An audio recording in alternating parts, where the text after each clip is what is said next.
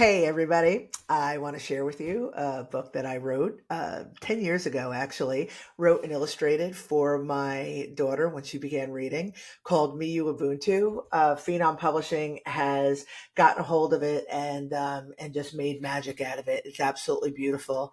And I just wanted to share a little bit with it with you today. Excuse me. Firstly, I want to show you some of the illustrations.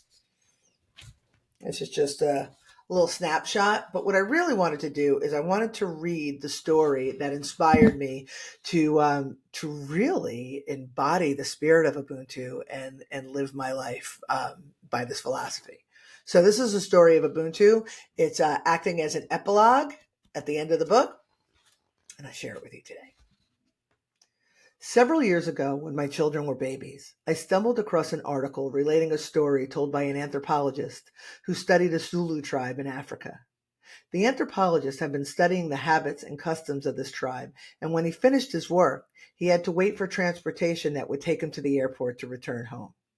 He'd always been surrounded by the children of the tribe, so to help pass the time before he left, he proposed a game for the children to play. He had some candy that he had bought in the city, and he placed it in a basket under the tree.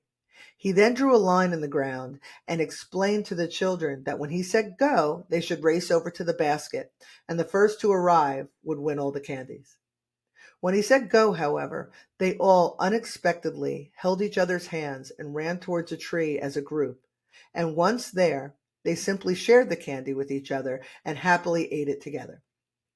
Shocked by this display, the anthropologist asked them why they had all gone together, especially if the first one to arrive to the tree could have won everything in the basket. A young girl simply replied, Ubuntu.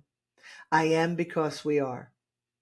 I was so touched by this story that I became committed to teaching my children to live by the philosophy of Ubuntu.